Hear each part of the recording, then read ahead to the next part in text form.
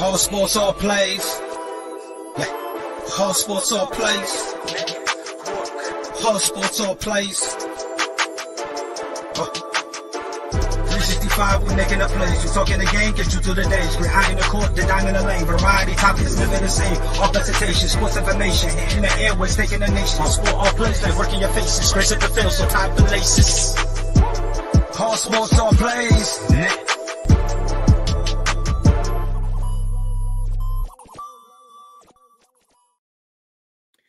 Good morning, everyone. Welcome to ASAP in the morning. It is Tuesday, October 25th, 10:06 on the East Coast. I am your co-host, Craig Campbell, and as always, I am joined by co-host Ray Cruz. Good morning, sir. How you doing?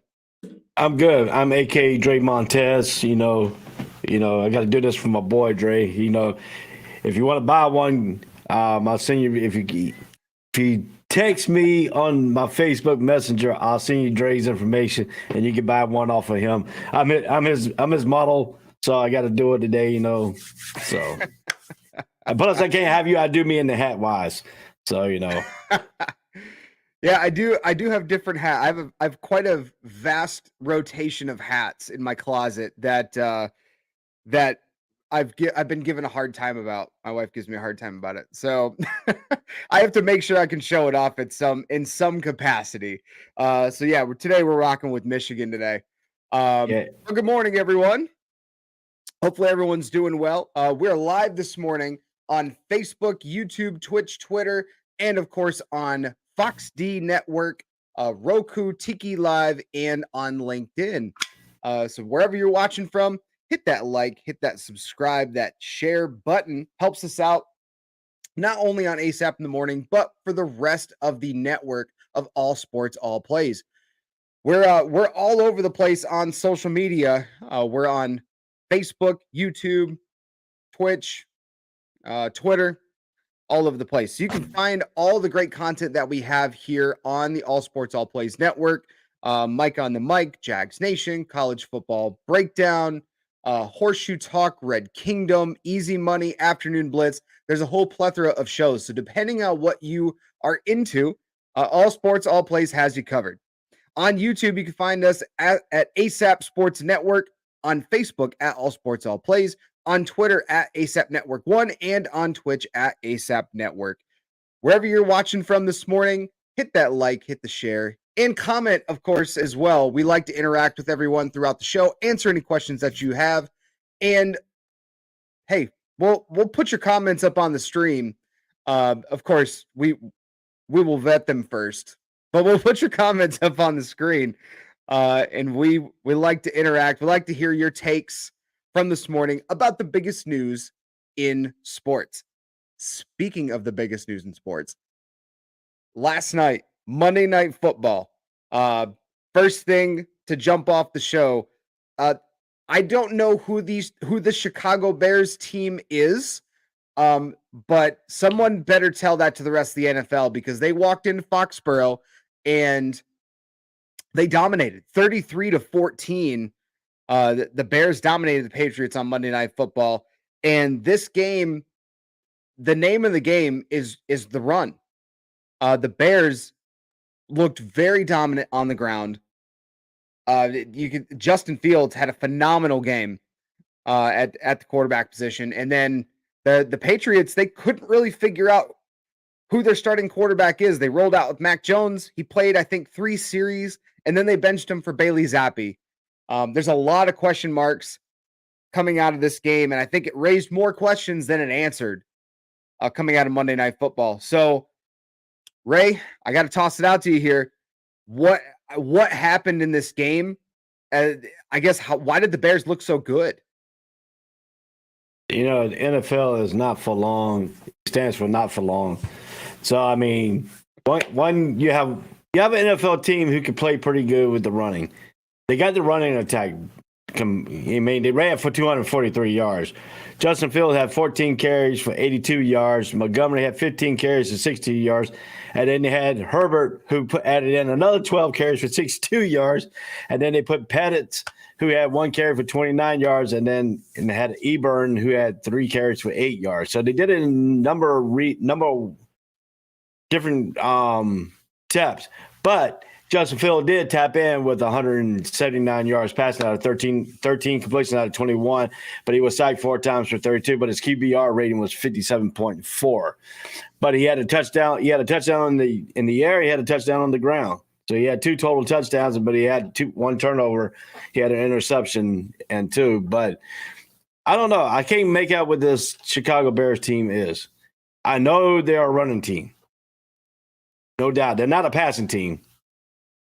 Anybody can have a good day once in a while in the passing game. But they have to start their offense on the run. And they did that. They established that running attack. When that running attack got established, that comfortably made Justin Fields feel a little bit comfortable in the pocket because he has something that he could go back to. And when he started carrying the ball 14 times, 82 yards, I mean, to me, he's more of a running back than he is a quarterback. But he did put in 179 yards. He did that one believable pass that looked like that one good catch, that one-handed catch that looked like in the end zone or something. He put the ball pretty much on the money where it's supposed to be. I don't know if he was intending to do that or if he was intending just to hope somebody will come up and grab it. But he put it up in perfect position. Dude went up with a one-handed grab and grabbed it. And to me, my question is, we knew who Chicago was, but we didn't know this Chicago team could put that many points on the board. 33. What was the over and under? 40, right? 40, yep. And you say you're going to take the under in this one? I don't remember. I think I did say that. Yeah. I think I did say that yesterday. Yeah. The Chicago Bears, they finally figured out a way to put Justin Fields in position to succeed. And we knew it's easy for us as fans to look at that and go, well, we know what Justin Fields' skill set is. Why not utilize those strengths? And for whatever reason, Matt Eberflus and company, they either were trying to force Justin Fields to be something he's not, or maybe they finally realized, like, hey, we're partway through the season. We did some experimental things. We still have a really good rushing offense. Let's actually utilize Justin Fields on the ground and not in a scramble situation. And that's exactly what they did. They drew up, I think it was 12 designed runs, and he outgained himself on the ground throughout the first 6 weeks of the season, just in one game. And that's something we knew the Bears did really well coming in this game. They run the football really well. They're not a great passing team for a multitude of reasons. So the fact that they were able to stick to that, and they basically, I think they found their identity. It took them 6 weeks, 7 weeks, I think, to figure it out. But now I feel like coming out of this game, to walk into Foxborough, to dominate the Patriots the way they did, it's got to give them confidence to say, okay, we want it doing this way. Justin Fields looked more comfortable. He made a few throws downfield, but we're most effective when we're utilizing a 3-headed monster in Herbert, Montgomery, and Fields running the ball, moving the pocket for Justin Fields. Those are the things that are going to make Chicago successful, especially in a down NFC North where you've got Minnesota and everybody else. So from the Chicago perspective, this has got to be a huge confidence boost to know that, okay, we found our identity. Now let's go out and let's do it each and every week and find different ways that we can make Justin Fields successful.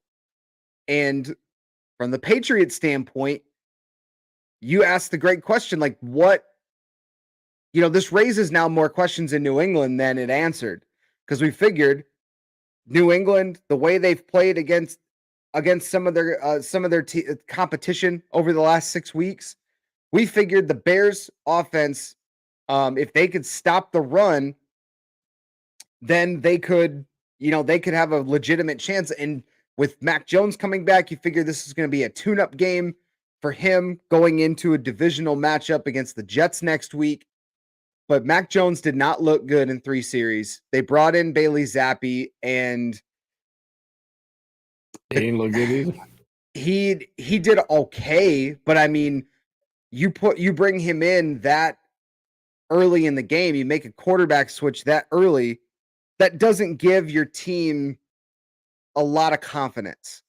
And you kind of saw a mixture of different things from New England. They got a lot of things to figure out. And they could not stop the run. And that definitely will affect. I mean, when I think it was the Bears ran 70 some odd plays, I think it was 70 plus plays, and the Patriots only ran 40 and some change. It's pretty bad. The Bears were bad able to sustain drives, and that's what hurt the Patriots defense. Yeah, it's pretty bad that Justin Fields got a QBR of 57.4, and your two quarterbacks combined with a QBR of 36.6 and a 30.1. Well, that's the thing. Like, the QBR is great in some aspects, but for a guy like Justin Fields, his QBR is not going to look good when he throws 13 of 21, only 179 yards, throws a touchdown and a pick, but it doesn't take into account the run game, which he was very successful in the run at that perspective. So the QBR doesn't really take that into account. So I don't think that's a very great grade or a scale for somebody like a Justin Fields, where we know he's not a great throwing quarterback right now, but he's great utilizing his legs. And that, I think that's kind of why when you mentioned the QBR a few times now, I think that's kind of an empty stat for him, just because we already know what we see through the air, through the ground, and we know he's more successful when he can run the football. Yeah, that too. But also, what they did too, roll him out. He's better rolling out because if you look at the pocket, if you look at a typical pocket passer, the pocket passer's got to be able to see the whole entire field. Mm-hmm. You roll him out to a certain area, you cut that field in half. So he only has to judge the side that he's rolling out to. You don't want him to throw across his body. Now, if he throws back across his body, he's going to get picked off all day long. Mm-hmm. But if you roll him out in these play action, roll out pass type, they'll give him the option to pass or run. That's where he's dangerous at. And I think Chicago has now figured that out. But he will have to pass some from the pocket because teams will adjust to him rolling out. And that means he'll wherever he rolls out to, they'll roll the coverage that way. And then he has to read the coverage even more. So, but right now, he got away with in this game because nobody's seen it on tape that much. So now they'll go watch this tape here, and the NFL will adjust to this. So now they got to come up with a different way how to scheme it for him to pass the ball effectively. And the one way to do that in the pocket is you run the screen game. You set up a screen, you get him confident, and then he can boost his confidence from there on out. And which teams don't really do no more is you effectively get a quarterback in rhythm, throwing short rhythm passes, and then you extend it out after a couple series throwing these short rhythm passes. Then you start extending them out to the 50 to 40 yard down the field type deal. But that's what teams need to start doing. That's what they need to start doing with Justin Fields is get him rolled out in the pocket and cut down the middle of the field down and let him condense half the field, let him get used to what he sees, and then that'll eventually back him into the pocket and it will help him out even more. So, yeah, for the Chicago Bears, that's a pretty good strategy to be able to get Justin Fields into a comfortable position that he can start making plays from the pocket. But if you're any of the Bears' future opponents, you're watching this game film this week and seeing that, okay, the defense is still pretty strong. They got 4 turnovers last night. They got 3 picks. But the thing that you have to pay attention to is the Bears got into third down situations 18 times in this football game, and they converted 11 of them. So a lot of those were because of Justin Fields. You get him into positions where, he can make the play with short passes, he can make the play with his legs. But if you are future opponents of the Bears, you're looking at this and going, all right, essentially we're going to start stacking the box and you got to put a spy on Justin Fields from here on out. Like, you got to force him to make plays with his arm and not with his legs. And I think that's because when you average 5.5 yards a carry and you ran it 45 times, you're going to dominate time of possession. You're going to sustain long drives, which is why they had 70 plays. Let me look at their drives real quick, but they had two drives of over 10 plays and 7 drives of at least 7 plays. And those show you, and a lot of those ended in field goal, touchdown, field goal, touchdown, field goal, touchdown. All of those that went at least 7 plays ended in a score. So if your future opponents of the Bears, you're kind of seeing already like, all right, this is what we need to stop. This is how we need to game plan for the offense of the Bears, which is very run heavy. Now, if you can't stop that, that's a completely different question. So for the Patriots now, Bill Belichick kind of evaded the questions a lot during the post-game press conference. He admitted that his pregame plan of how to utilize both quarterbacks did not go how he expected, but he's really kind of dodging questions about who the starter is now. If you're New England, who are you rolling with as your starter now, starting next week against the Jets?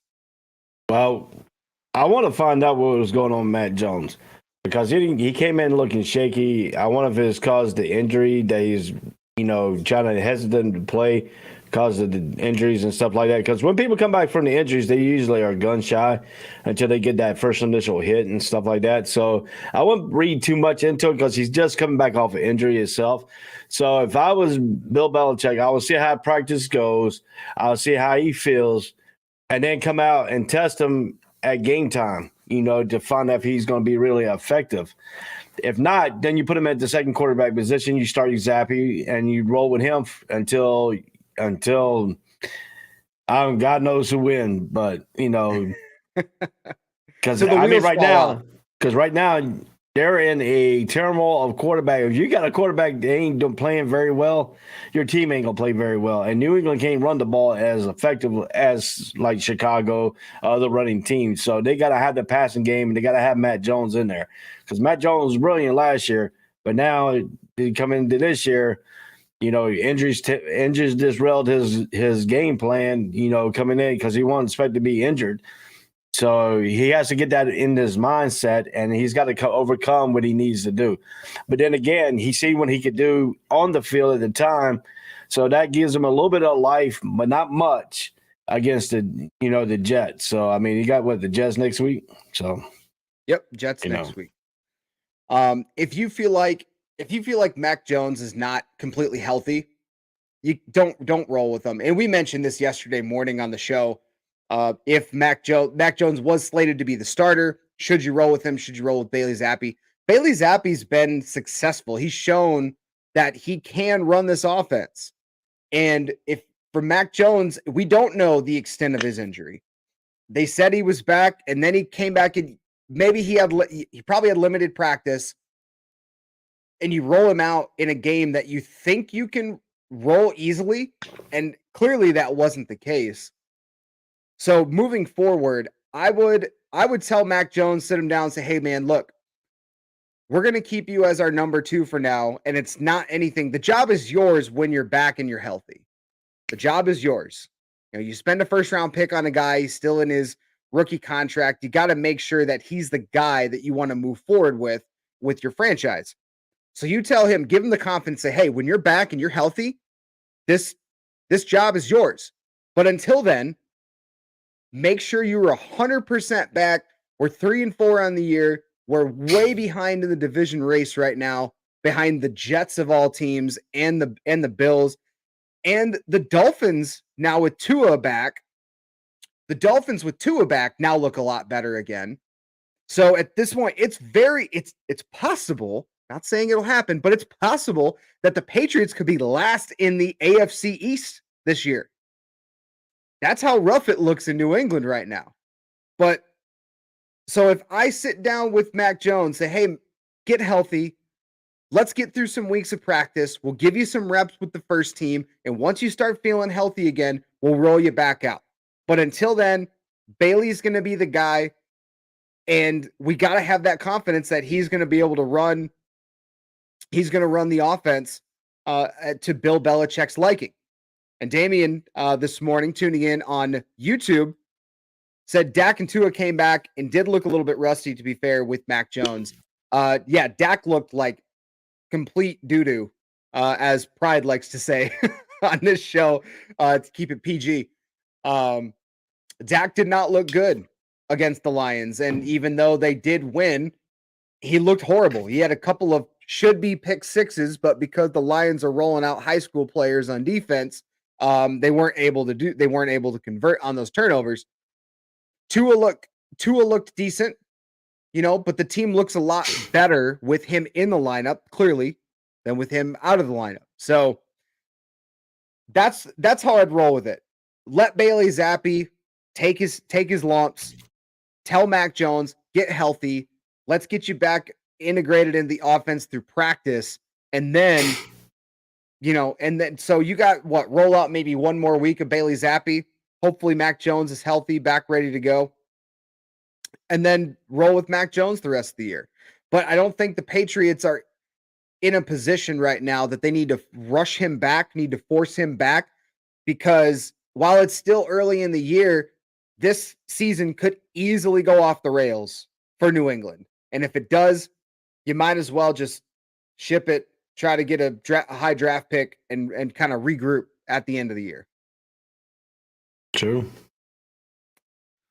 But more later this week, we'll talk about the Thursday night football game coming up as well. But some other news in the NFL.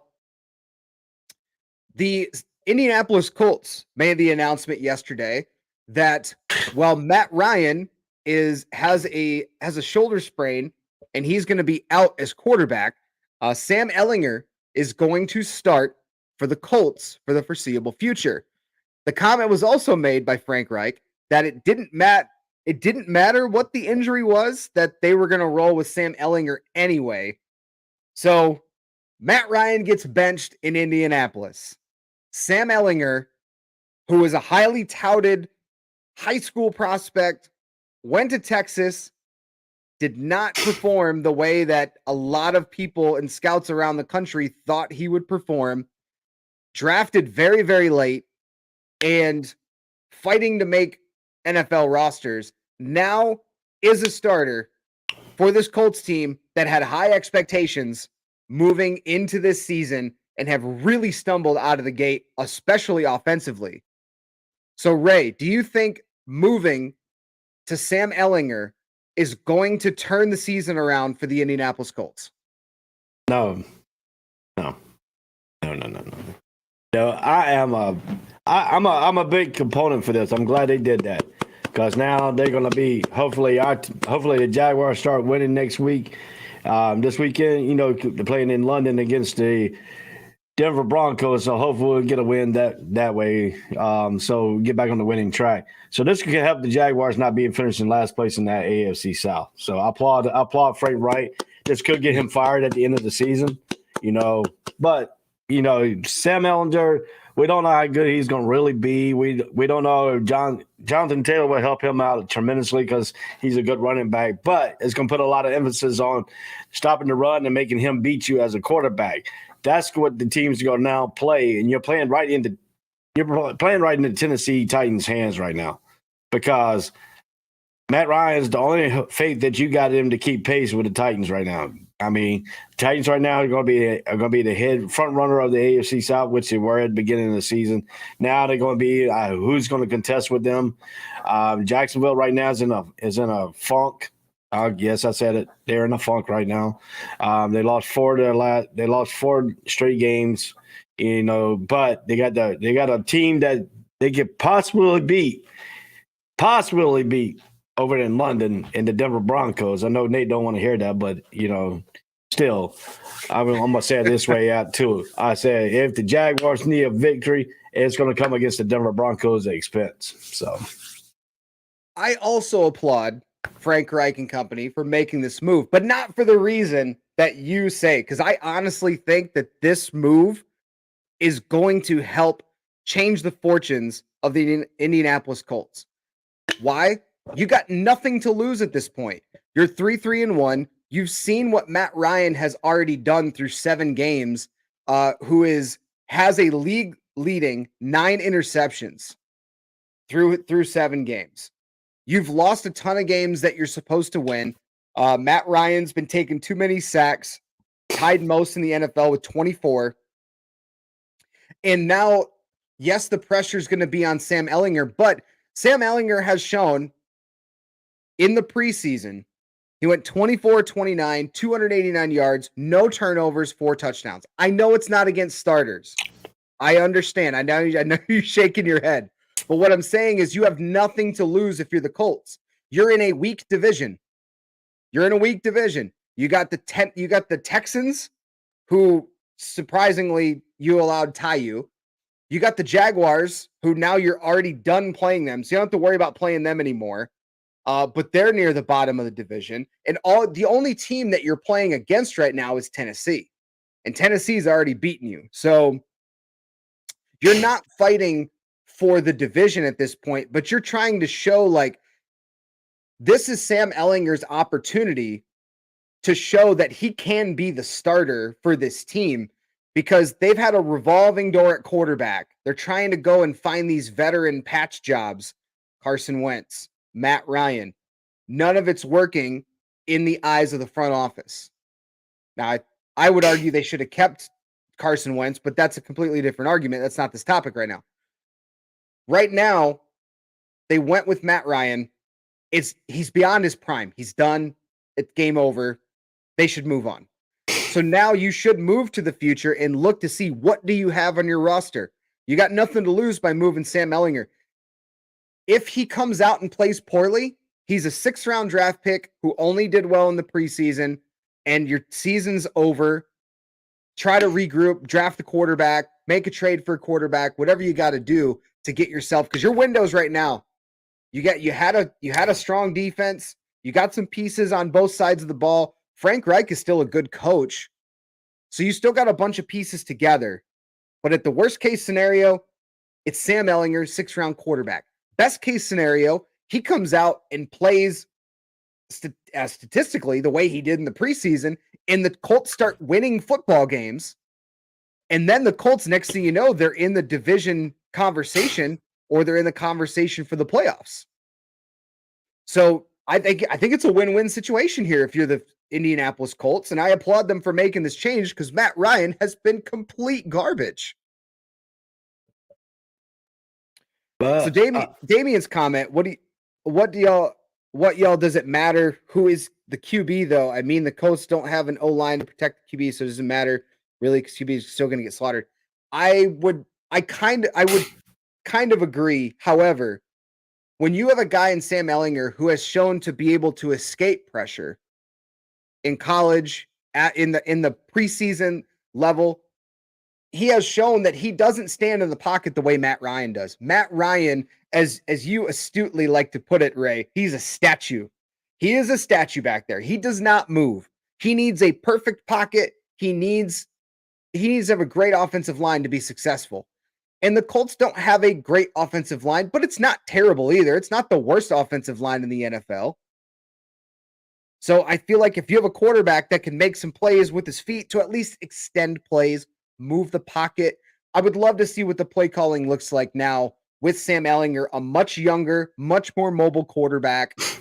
I think the sky's the limit here for the Colts because you have nothing to lose.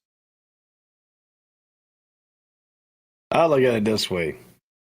We don't know if he can read defenses, but we know he's the second year in the league, second year in the league or first year in the league.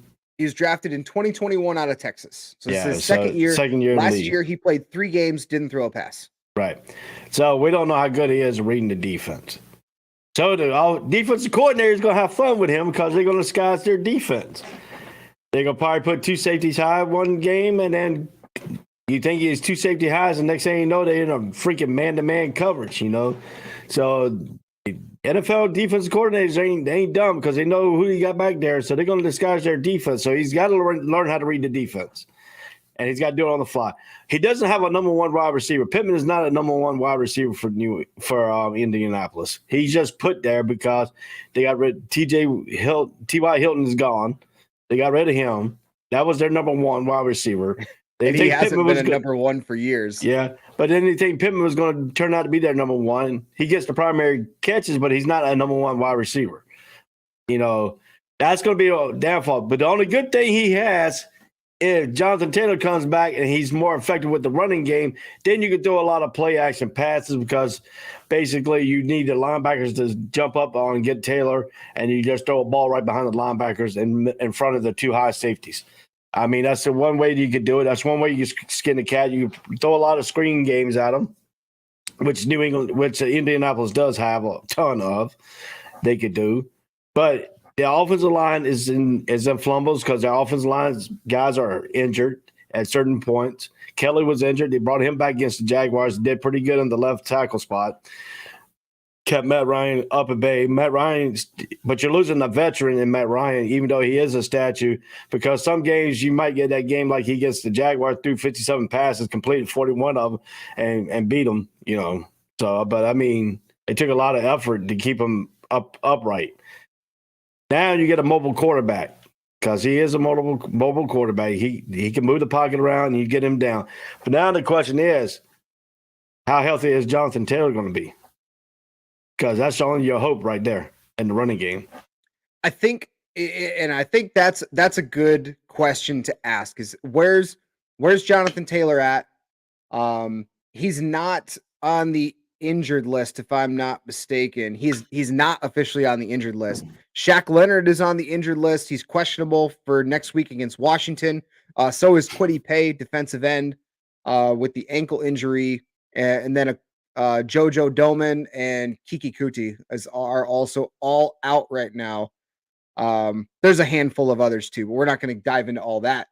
But what I would look at is if you are the Indianapolis Colts, what you can look forward to is you only have one more division game left on your schedule, and it's the last week of the season against Houston at home.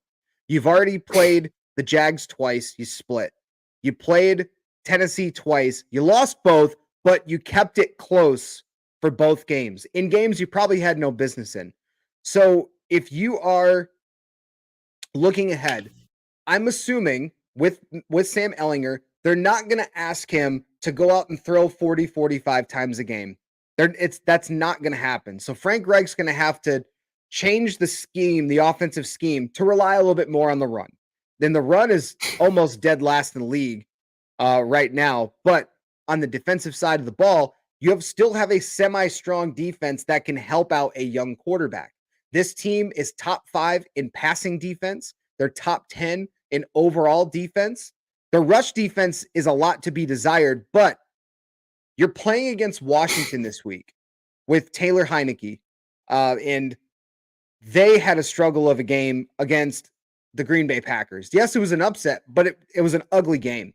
So this is a game next week with Sam Ehlinger. If you can get the offense even slightly back on track and run the football, you can win this game against Washington. And then you go against New England. New England, they've shown they can't stop the run. If you can establish your run and help out Sam Ehlinger and not make him throw a ton of passes or put him in sticky situations, you can beat New England too. And then you got Vegas. Well, then you got Vegas and Philly, Dallas coming up as well, Minnesota. There's a few tough games. That's not, we're not going to overshadow that. But there are also plenty of winnable games on Indy's schedule. I think they can beat Washington, New England. They could potentially beat Vegas. They can beat Pittsburgh. They could beat the Chargers later this year. The Chargers have been struggling. And they could beat Houston. So 1, 2, 3, 4, 5, 6 more wins. That's a 9-win team. That could potentially get you. You got 5 wins on the remaining schedule? They're not gonna beat the LA Chargers. Because they played too late in the season. Chargers are probably gonna be better by what they are right now. by then. Okay. They're not gonna go into Minnesota and beat Minnesota. Not with Ellinger. Yeah, I agree with that. They're not gonna go to MetLife Stadium, even though the Giants don't have really a particular good. They're okay team, but they're not particularly a good team. That they like to play close games. That's a possibility. That's still 6-1. Yeah, but still, you play a laughable game against the Jaguars, But the Jaguars, I agree. I don't think they can win that game. That's true. But I'll give you that. But that could be that's one of my iffy. I give it 5.5. I give that a half a game because we don't know what the Giants are going to be like. Because when the Giants get through their division a little bit, they could be a little bit, in a little bit of dire hit. Barring injuries, put it this way: barring injuries and barring Daniel Jones tripping over his 2 left feet, bar those right there for that game. But they're not going to go into Dallas and beat Dallas. I mean. I can see that. I don't see them winning that game. Now, the Philly game, even though it's going to be at home, I think Philly's better than anybody in the NFL right now, and they're proving that right now. So they're going to lose that home game. Pittsburgh, they could win the Pittsburgh game. They could. Yep. Depends on what quarterback is playing and how good the quarterback is going in that game. So I give that. I gave them the Washington, New England, the Las Vegas. I think they could beat them. But they're playing in Las Vegas, so they're playing in that new black hole area. So I don't know, but I possibly anywhere from 4 to 5.5 games they can win the remainder of the season. And so that's fair. I mean, 4 or 5 games. I got 5 to 6 depending. And we got to see this play out. But what I'm saying is that if you can help out Sam Ehlinger and give him a little bit, redesign the offense, the play calling, rely a little bit more on Jonathan Taylor, maybe dial up some different plays that you could not dial up with Matt Ryan. If the defense holds steady and they can kind of solidify their run defense a little bit, and that would help by getting Shaq Leonard back. It would help by getting Kwity Paye back. It would help by getting some of those guys back. If you can do that, they still have an outside chance of making the postseason, or depending on if Tennessee just kind of falls off the map, they still hypothetically could be in for the division. Yeah, I know, Damian. It's funny. I call it an upset, but I love to see the Packers lose. So that's, I call it an upset because the Packers on paper should still have won that game. I mean, regardless of how you feel about how they have no playmakers on offense outside of Rodgers, Jones, and that's about it. Regardless of that, on paper, they still had a better defense. They still had better players. Packers should have won that game. So yeah, I call it an upset. But the Colts, now with you turning to Sam Ehlinger, I think it's a better move because you're still within striking distance of the division. And I don't have Tennessee's schedule in front of me right now, so I'm not going to go delay and look it up. But I think Indy does have an outside chance of I think they have a better chance with Sam Ehlinger right now than they do again with Matt Ryan at quarterback. Tennessee's got these teams remaining here on the schedule. They play Sunday. They got Houston. They play at Houston. They go to November 6th. They go to KC. So back-to-back road games. They go to Houston. They can win Houston. They might lose to KC because they're playing in Kansas City. Mm-hmm. They got Denver. They got Denver at home on the 13th of November. They go to Green Bay on the 17th of November. Then they come back home and play Cincinnati. And then they go to Philadelphia on the 4th of December. They have Jacksonville on the 11th in Jacksonville. Then they go to LA to play the LA Chargers. Then they got Houston on the 24th at Christmas Eve. They got Dallas at home on the 29th. And then they got Jacksonville on the 8th of January. Yeah, so they play Jacksonville twice. They play Houston twice. I'm sorry. They got Jacksonville on the road. You got Jacksonville twice, and the Houston twice. You're on the road at Philly, at Green Bay, at Kansas City, at LA Chargers. I mean, they don't have an easy road either. I think that's it. So I think it's a possibility.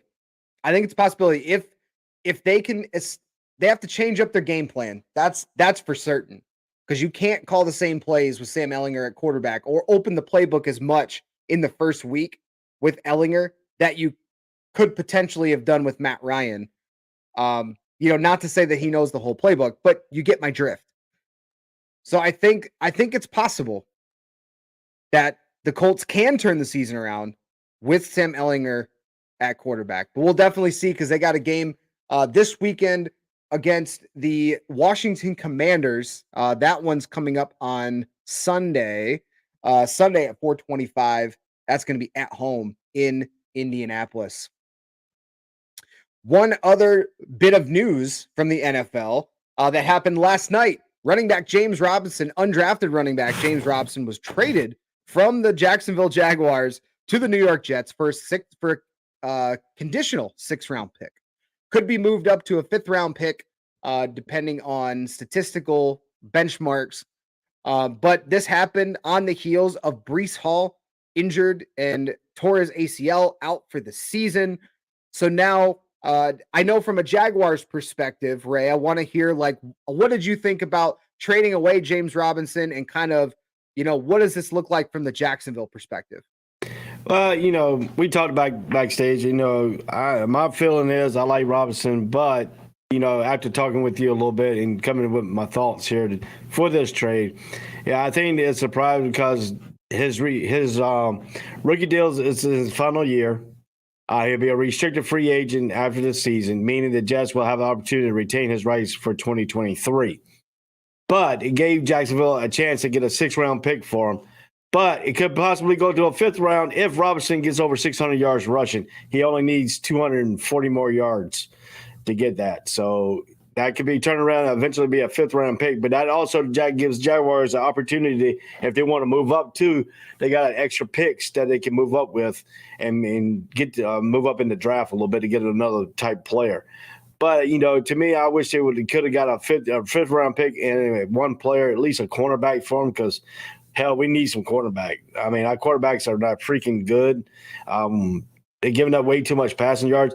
And what is Jacksonville's problem is, if you look at their games, all the games they lost has been by 6 or less points. They're not getting blown out no more.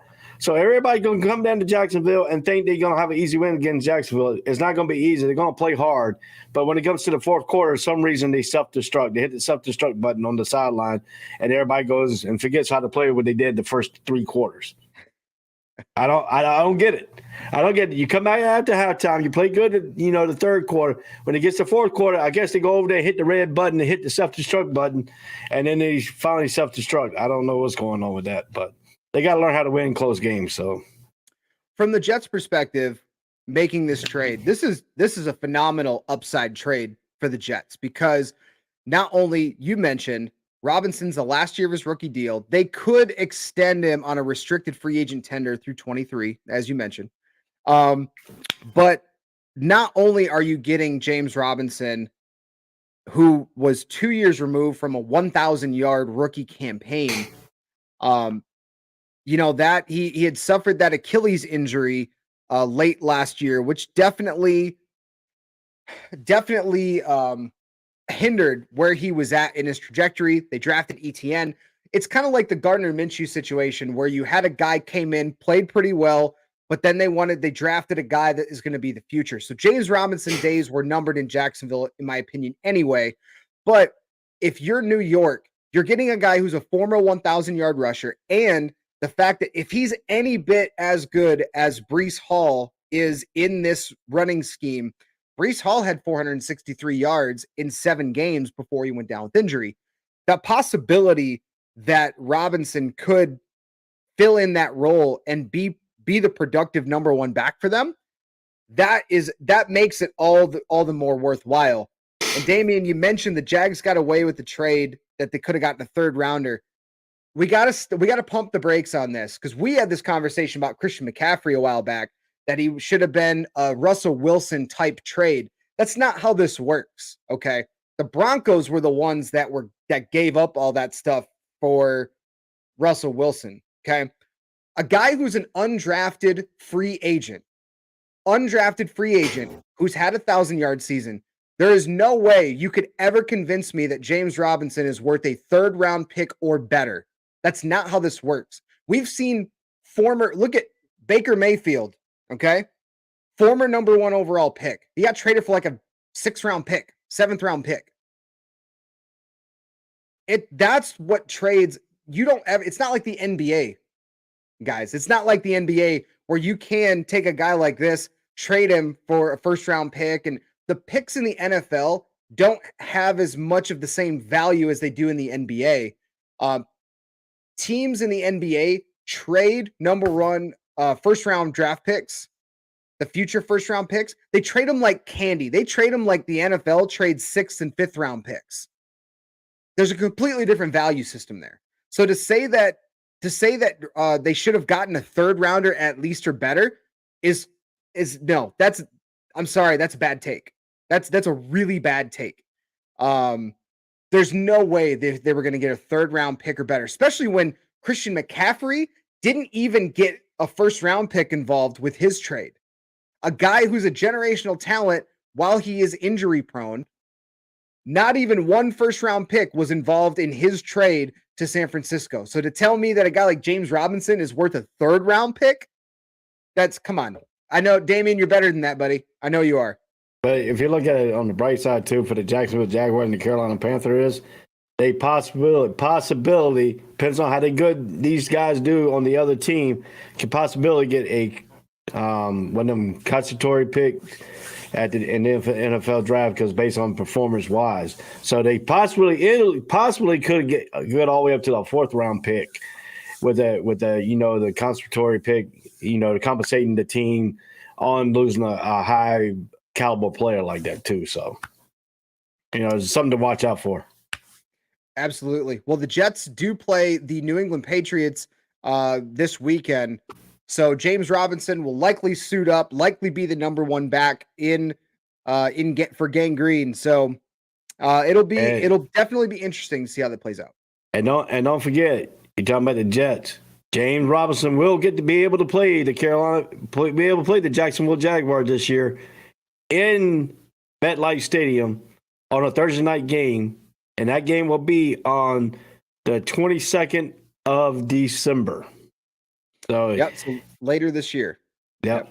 So James Robinson will get his time to get licked on back with the Jacksonville Jaguars, and possibility I might go to that game. I don't know yet. There you go. Ray Cruz is our resident Jacksonville Jaguar season ticket holder. So yeah. He brings a lot of the Jacksonville Jaguar perspective for a lot of our NFL news. We're going to shift gears. We're heading into the 2nd hour of the show here, and we're going to shift some gears and talk a little bit of NBA.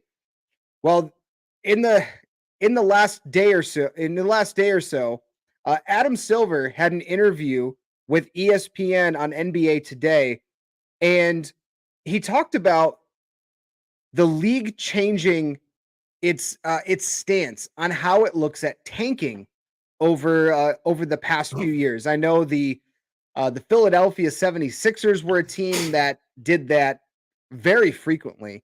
And then there's other teams as well that have kind of done and gone that route. And if we're not going to make the playoffs, if we're not going to win a championship, we're just going to trade away all our assets and we're going to tank.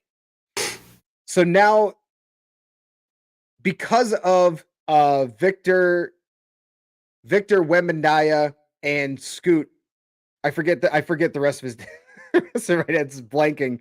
But the top 2 picks in this next year's NBA draft, teams are actively trying to figure out ways that they can get in the top part of the lottery. And I know this is a story that you wanted us to specifically cover today, Ray. I'll let you take it away. Yeah. That's what people, I don't understand why they're trying to tank, because they just changed the stance on the number 1 pick for the lottery pick in the NBA. For the first pick, you only get 14% chance if you had the worst record in the NBA. 14%. That's better than 1% or no percent chance.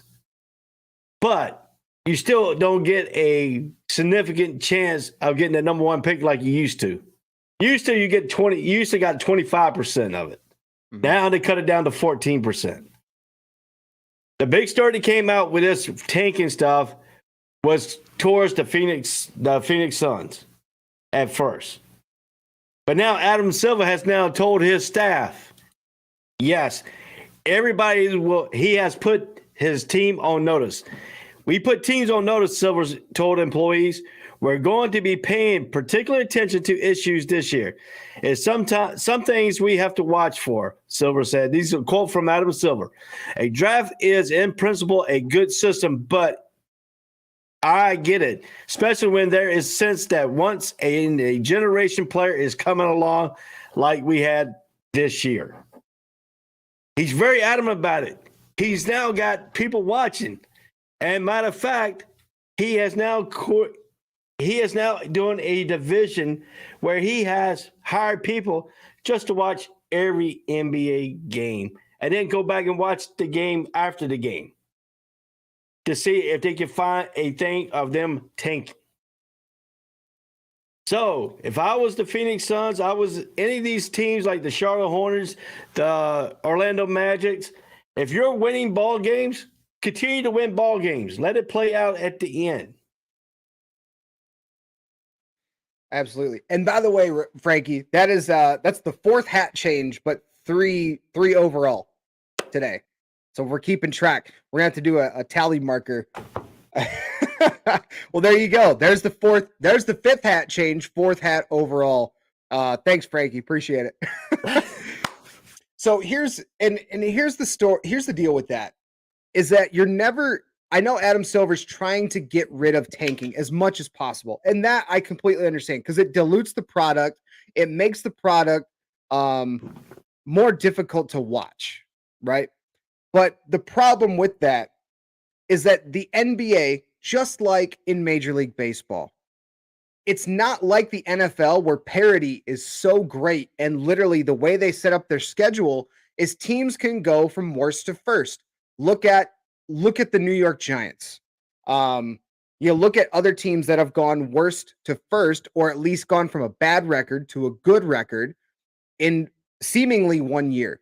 The NBA and the Major League Baseball schedules are not set up that way. You have to play everyone multiple times because there's so many games that you have to go and play throughout the season.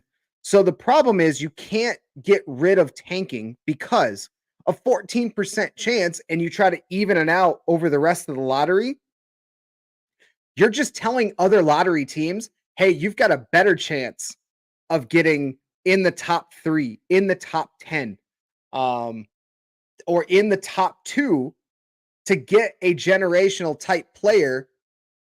So you don't have to focus on it. It's all about the haves and the have-nots. Look at the scope of the NBA right now. How many teams legitimately every year actually have a chance of winning an NBA title? I can count on one hand. And it's not even 5. There's legitimately less than 5 teams every year that could win an NBA championship. Baseball, it's even less than that. Baseball, it's like the Braves, the Dodgers, the Yankees, the Astros, and that's about it. Like, it's all about the haves and the have-nots. The teams that they know they're not going to compete and win for a championship, usually smaller market teams or teams with owners that are, they don't like to spend money or put extra effort into their teams. Those teams are going to continue to sell off the good, the good prospects. They're going to sell off the good players. They're going to only get guys that help generate the revenue, get some butts and seats, but they don't care about winning. That starts at the top with the ownership. So that's why when you see that, and he's trying to lower it from 25% to 14%, that's all well and good. But the problem is teams are still going to tank because there's only so many teams that can make the playoffs. There's only so many teams that actually have chances to win championships. So if you're not one of those teams, what are you going to do? Are you actually going to try to overstretch? That's not realistic. In a theoretical scenario from Adam Silver's perspective, yeah, absolutely. That is a possibility that you could see other teams making those moves, but it's not realistic. It's not realistic to say that every team is going to have a chance at making a push for a championship every year. Theoretically, yes. Real life scenario, that's not how this works. I think Adam Silver knows that. So that's why they're trying to even out the odds a little bit for the lottery. But all that's doing is you're telling the rest of the lottery teams, hey, instead of having a 0.25% chance of getting a top 3 pick or getting the top pick, now that moves up to like a 2%, 3% chance. And that's actually going to encourage more. It's going to encourage that gap to get bigger, because if you're not a Warriors, if you're not a Boston, if you're not I would say the Lakers, but they're not any good. They try to spend money, but they're not any good. So if you're some of those teams that actually have a chance to win a title, the outliers are the Milwaukees. They normally don't ever spend money, ever. Go back in their history. They never spent money until Giannis got on their team. But that's what you do in a small market team. You have to be able to get that generational player, and it changes the course of your franchise. That's exactly what happened in Milwaukee. Milwaukee's not going to go and spend money like a Golden State Warriors. They're not going to go and spend money like Miami Heat or Pat Riley down there. They're not going to go and spend money like that. They had to wait for the generational talent to fall into their lap in the lottery. Shocker, that's what we're talking about. That's why I understand why teams do it. You're never going to get rid of tanking. So I don't understand. I'm not saying don't fight it, but that's just how I feel about it. Because when you got guys like Vic and Scoot at the top of the draft, of course that's going to change the course of your franchise. Of course you want those guys on your team. That's why the Orlando Magic went and got Paolo Banchero. That's why the Pistons tanked to get Cade Cunningham. Like, it's going to happen because you've got guys that can help change the direction of your franchise. Of course you're going to do that, because you never know. That guy could help be the Giannis for your franchise and take your team to the next level and be able to compete for championships. And yes, that's what a lot of owners and teams want, but it's a lot less theoretical than Adam Silver's making it out to be. So I unfortunately I agree with Damian here. I know his comment's been up here for a few minutes. I don't see what's wrong with tanking either, because you have to. That's how the NBA works. Is you can go and get a free agent and change the course of your team, but at the core, look at the Warriors. How did they build their franchise? How did they build a franchise that won? Was it 4 championships in 8 years? They did it through the draft. They drafted Steph. They drafted Draymond. They drafted Clay. So don't tell me that tanking doesn't work. It does when you get a generational player on your team.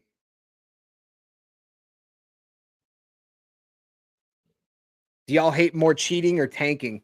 Oh, I hate. That's I don't hate either one. I hate cheating. But tanking, I think, is part of the professional game. Like it or not, tanking is part of the professional game.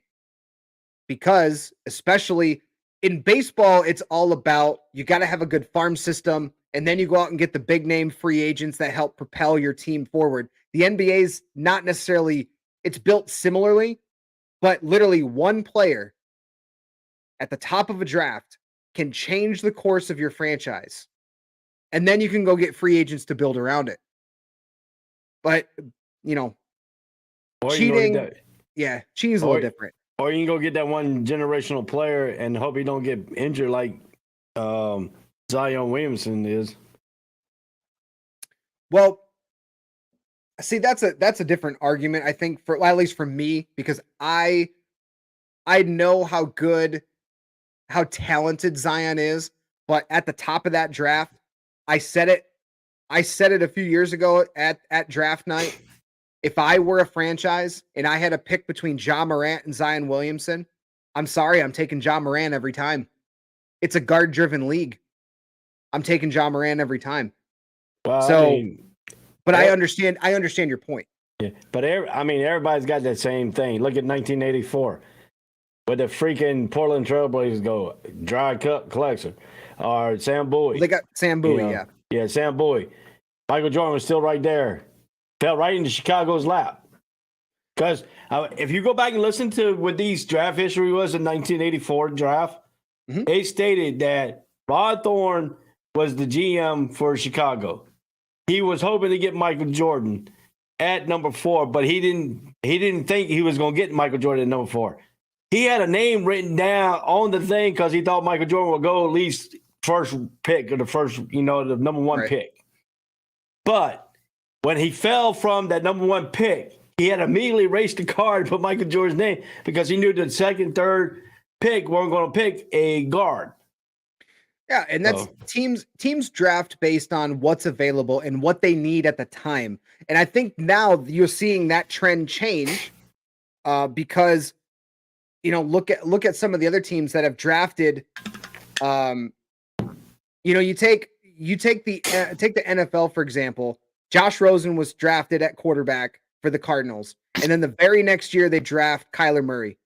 That's a guy that they felt was a generational talent, and they're going to draft the talent based on what they need. They didn't need a quarterback if they felt Josh Rosen was the guy, but they drafted Kyler anyway because they felt he's a generational talent. In the NFL, in the NBA, you see a lot of times where multiple guys from the same position get drafted because you're just trying to build talent. Look at Orlando.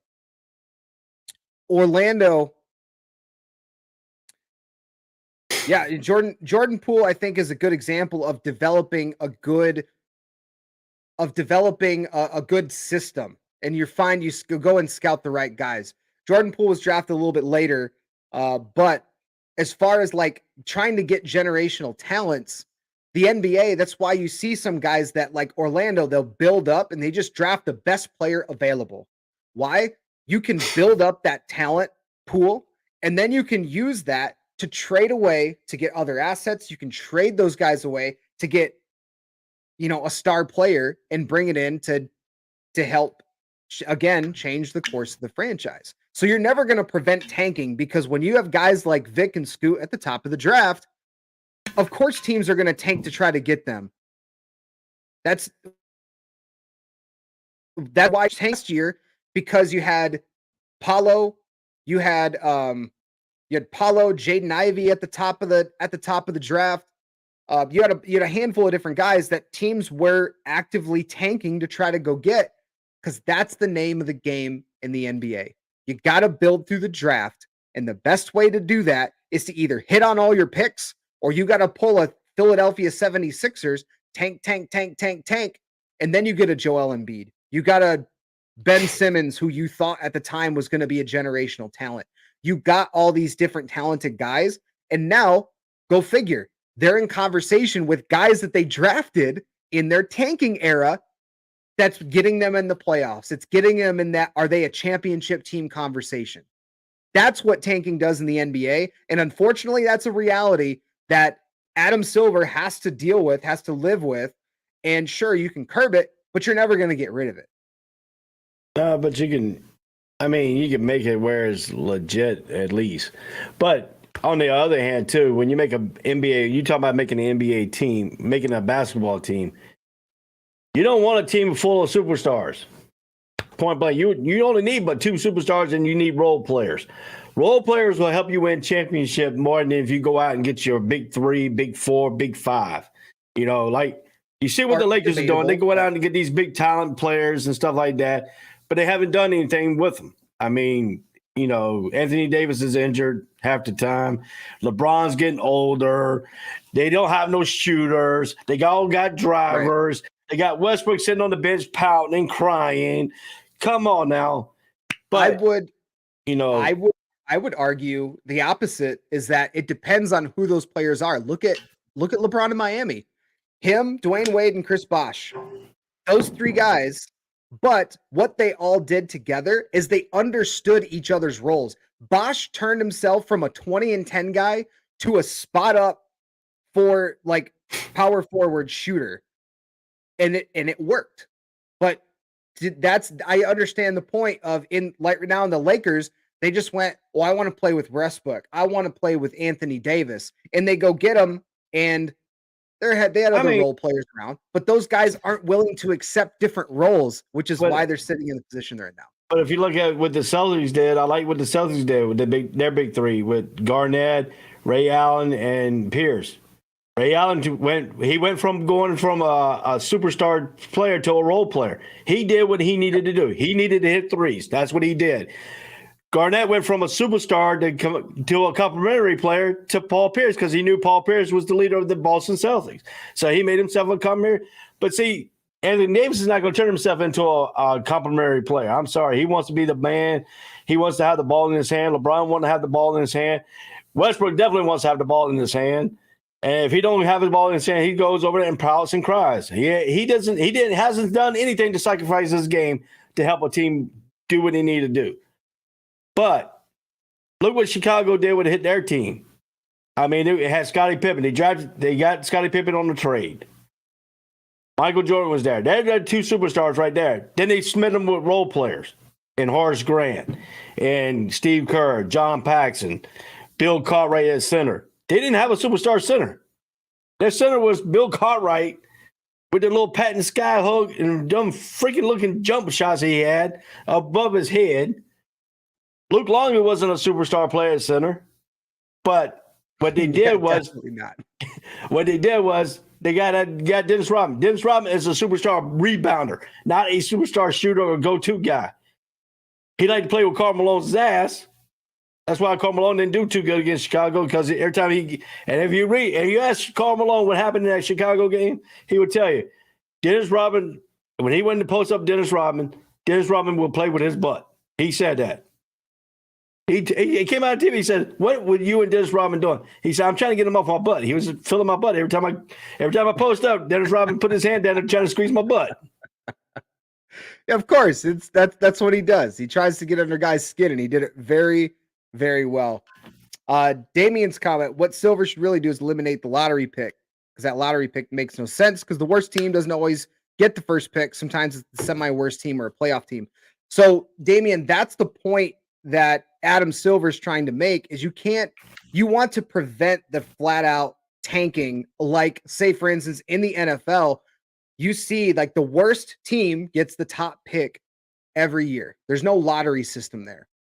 And you'll see that at the end of a year, where I would not be surprised if you see teams like Houston and Detroit tank and near the end of the year, just to try to get top picks. So if they were to do that in the NBA and get rid of the lottery system, I think that'd probably be very detrimental to the game. But I understand your point. If the lottery system, if the worst team doesn't get the top pick, why is it even in a conversation? But that's what Adam Silver and company are trying to prevent. He's come out and said in that interview that they don't have a better system right now. That's the system that they're using, is 14% is the best percent chance you can get to get a top pick. And better, for like it or not, I think that's where the NBA is going to stay.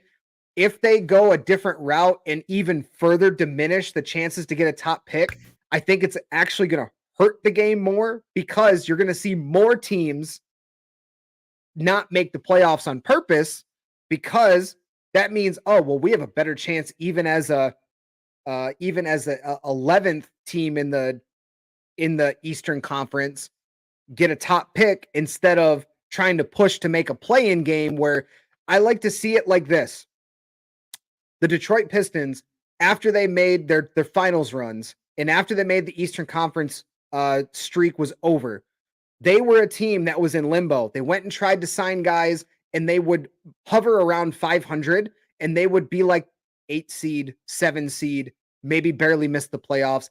That's where they were every single year. And as a franchise, you don't want that because you're put in basically playoff purgatory where you're such a bad team that you're not going to make a deep run in the postseason because you're always going to play the best teams in the league in the first round, but you're not bad enough that you're tanking to try to get generational talents in the draft. So that's what the lottery system is. But if they end up changing it more to diminish the top pick or the worst team gets the best percentage, if they diminish that even more, I think it's going to make it worse because you're going to see more teams sell off their assets, and you're going to see teams like the Warriors, the Celtics, the Lakers might even benefit from this. The big teams that are at the top of the markets, those teams are going to end up getting the better players, and you're going to end up seeing what's going on in college football. The same teams make the Final Four every single year, and that's something the NBA does not want. Yeah, I'm tired of seeing the Lakers in the finals. I'm tired of seeing the Golden State Warriors in the finals. It's time for a new team to get in the finals. Well, I don't know. I mean, to me, this year the NBA is fickle because you don't have that many small market teams that can compete with the big market teams, and most of the time you see the big market teams in the finals. So, and the NBA does want. To some extent, they want the big market teams in the finals. The NBA revenue for the NBA finals is better when the Lakers are in it.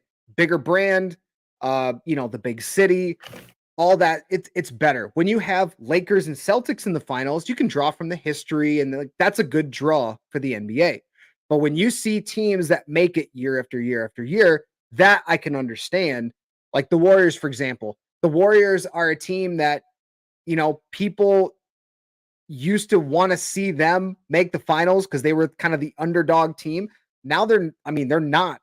And they're a team that some people want to see in, and a lot of people don't want to see in anymore. So there is still a lot of great parity in the NBA, but it is starting to see that gap of the haves and the have-nots that you see in sports like Major League Baseball. But all right. One of the other topic we want to talk about with the NBA, we are, we're a couple games into the season now. We kind of touched on this at the very end of last year, or very end of yesterday's show. Get my words right today before I move on. But we're looking at the biggest surprises in the NBA so far, good and bad. So I know this is a topic we discussed yesterday to have on this show today. Ray, what team is surprising you the most in the NBA through the first week and a half? Well, the first 3 games, my Charlotte Hornets are number 3 in the Eastern Conference. That is a surprise in itself. Usually the Hornet hangs out down between the number 10 and 11, 10 through last place team in their Eastern Conference. Right now, they're 2-1. We know the season's young. I'm excited right now because my Hornets are up there at number 3, but they're tied. This is the thing right here. You got the Celtics at 3-1, which they lost. I don't know about Frankie, but Frankie didn't have a good day from Saturday all the way up to Monday because the Celtics lost, his Patriots lost, the Yankees lost, and Syracuse lost on Saturday. So I know he ain't having a good day. But since you mentioned my 3 or 4 different hats I've been wearing, so I just came back with you with your 5 different teams that don't look good for you either. So, but anyway, the Hornets look pretty good. Portland, surprising, they're undefeated right now at 4-0 and leading the Western Conference. Which Golden State started out looking like a world beater until they played the Denver Nuggets. And the Nuggets are 2-2. And they said, no, if the playoffs end today, they're in the play-in game right now. But the Lakers, trash. They're 0-3. Trash. They don't have no outside shooters. And I try to tell that LeBron and all this could be LeBron all he wants to, but they don't have no sharp shooters to help him out from the outside. So what you do with the Lakers, you play them for the drive and you play them for the inside. You can let them sit out there behind the 3-point line all day long. They probably ain't gonna make half of them. Not even that. They'll probably make a third of them. So that's one way you can beat the Lakers. But that's surprising to see the Lakers though 0-3 so far. It's surprising. At least he could at least have one game. Yeah. I think you kind of touched on one of mine. I think Portland Trailblazers being 4-0 to start the year. And not only the fact that they're 4-0, they're not playing against cupcake teams, majority either. They started the season on the road in Sacramento.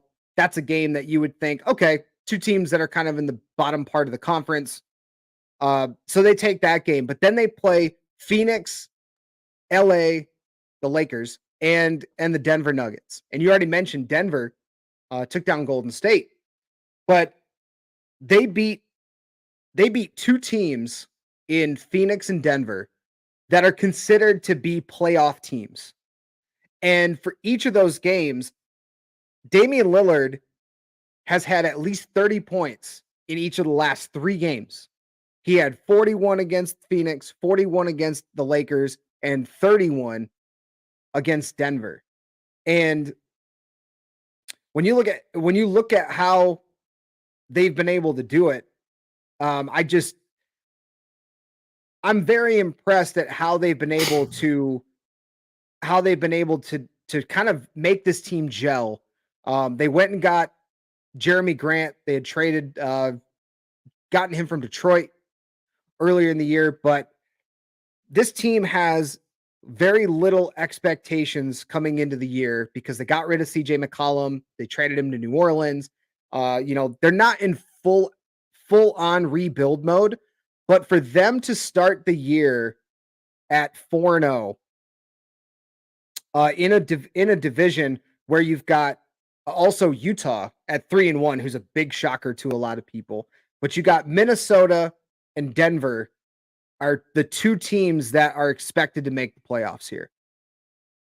But when you do that, like right now, they're averaging 117 points a game, and I mean they're not missing a ton on the roster either. They don't have a ton of injuries, but I'm very surprised. Like they're top 10 in the NBA in points. And actually, your Charlotte Hornets are third. Mm-hmm. But I think one of the things that's very impressive that they've been able to do is they're top 10 in 3-point percentage.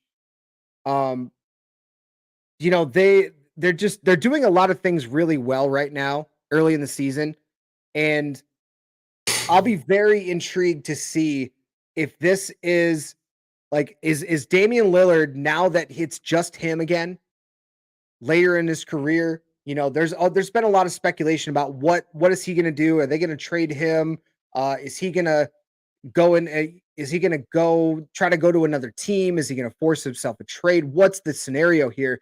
I give him a lot of credit to basically go out and ball out against a couple of teams that we would expect to be in the playoff hunt early this year. And they've got the Heat tomorrow night. That's going to be a kind of another barometer type game for the Trailblazers. And Damian Lillard's leading the way right now, and I think that's been the biggest surprise for the NBA so far. It's a very long season, we all know that, but the Blazers are getting off to a great start. Not much more you can ask there out of Portland when a lot of people were writing them off as being one of the bottom teams in the Western Conference, not a team with high expectations. And they come out and they beat teams like the Nuggets, the Lakers, the Suns through the first 4 games of the season. Yeah, and with the Hornets, it's surprising with the Hornets because one of the best players, LaMelo Ball, hasn't played yet in the regular season. So, yeah, there's plenty of other teams that also, being so early in the year, you've got Orlando's 0-4, the 76ers finally got their first win of the season last night against the Pacers, but they've had 3 tough games to open the season.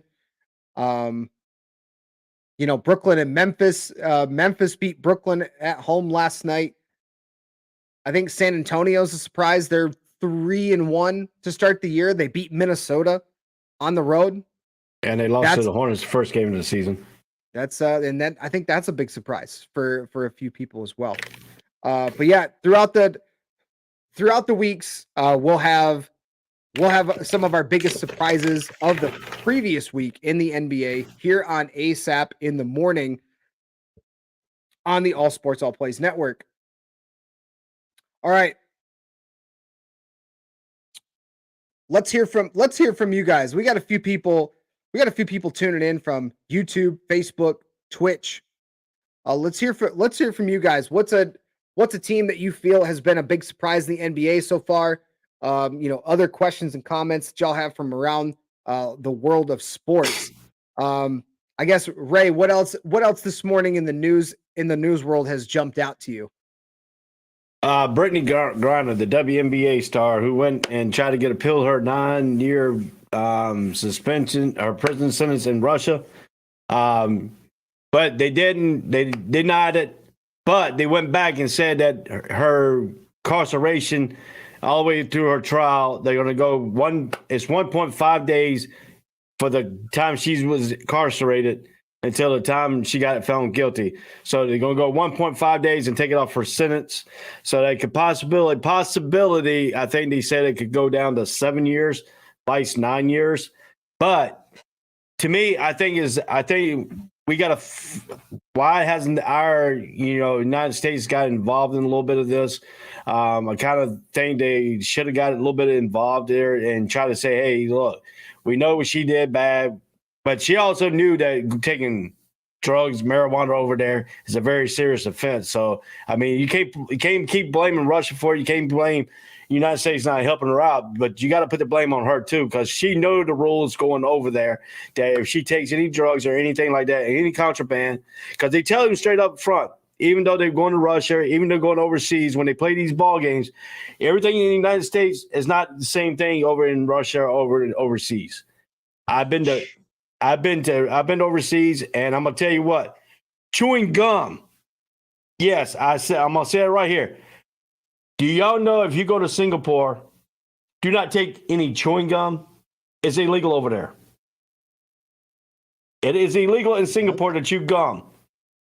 Gum is not a drug over here in the United States, but over there they treat it like it's a drug. I had a friend that was on the ship. The captain tells a import brief. First thing of his import brief is take all your gum and keep it in your rack. Do not bring your gum out of the rack. I had a friend he said he wanted to see if it was true. He took a big league chewing gum, put a wad in his mouth, walked outside the gate, walked down the street, maybe 3 steps. Cop car pulled up out of nowhere, beat him down senseless with a cane, and made him spit his gum in a bag. So when you go overseas, everything over in the United States, you do over here, do not do it overseas until you find out the rules over there. That's wild. That's a wild I'm telling story. I am telling you. God. They will take you seriously. They take it seriously over there. And she knew exactly what she was doing when she took that, and then she should never took it. But also, you got to be conscious of the United States too. We have to get involved because Russia wants to go and find. We don't know if she took it over there or it was planted somewhere between there and there. We don't know that because Russia does have a lot of things they can plant you with while you're over there and stuff like that. So that's when our United States has to get involved in this. They have to put diplomatic things because we should have no United States citizen over in Russia right now in their prison, even though she did something bad. That's a no-no. I agree with a lot of everything you said. However, this I think was bound to happen. I think it's part of the negotiation process because it had been stated this is probably a couple months ago now, that the process has to take its course before the United States will step in to negotiate a trade, because that's what Russia wants, is they want to trade a prisoner swap. And they were not going to agree to any terms until this has taken its legal course in Russia. Now, it was really stupid to do what Brittany Griner did, to take, even if it's vape cartridges, you have to have either somebody in your camp or you have to have somebody close to you that can tell you, hey, this is not a good idea. You probably shouldn't do this. It's there, like you got to have somebody that knows. And maybe this is not the first time she's done it, but the first time she's gotten caught. That's just, I don't know. I'm not going to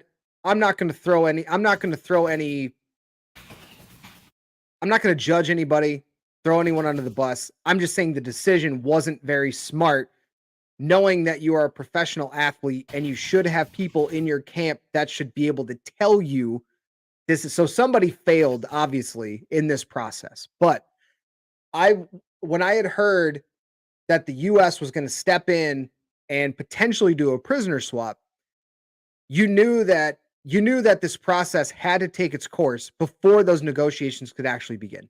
So I'm not terribly surprised that this has taken the course that it has. The appeal got denied. It's still going to be 9 years. It could potentially get dropped down based on what you were talking about. I don't see it happening. They're going to play hardball because they want to get this prisoner that they desperately want to get back in their own soil. So I think that's what's ultimately going to happen. Is it's going to stand pat the way it is now, and then the US will step in. I think they'll eventually make a swap and make a deal to get Brittany Griner back home. But I'm also holding out the possibility. I'm not holding out hope on the possibility that things could fall through and Brittany Griner could be stuck there for 8 more years. Well, I don't know. I mean, it's just, but I think this is kind of part of that process, and Russia's just playing hardball right now. Well, she's going to be stuck over there for a while because what Russia wants, the United States is not going to give, because we got one of their top one of their top agents that was spying on the United States. When we found him, we caught him, and now he is a top gun lord type drug dealer, spy, KGB, whatever you want to call it, and he's in our United States prison. So basically what happened really is, I don't think as much of Griner's really what she did. Yes, it's kind of her fault taking that stuff over to give him something to do. But I think they were targeting her anyway, due to the fact because they knew how big a star she is in the United States. And that's what happens when you go to WNBA.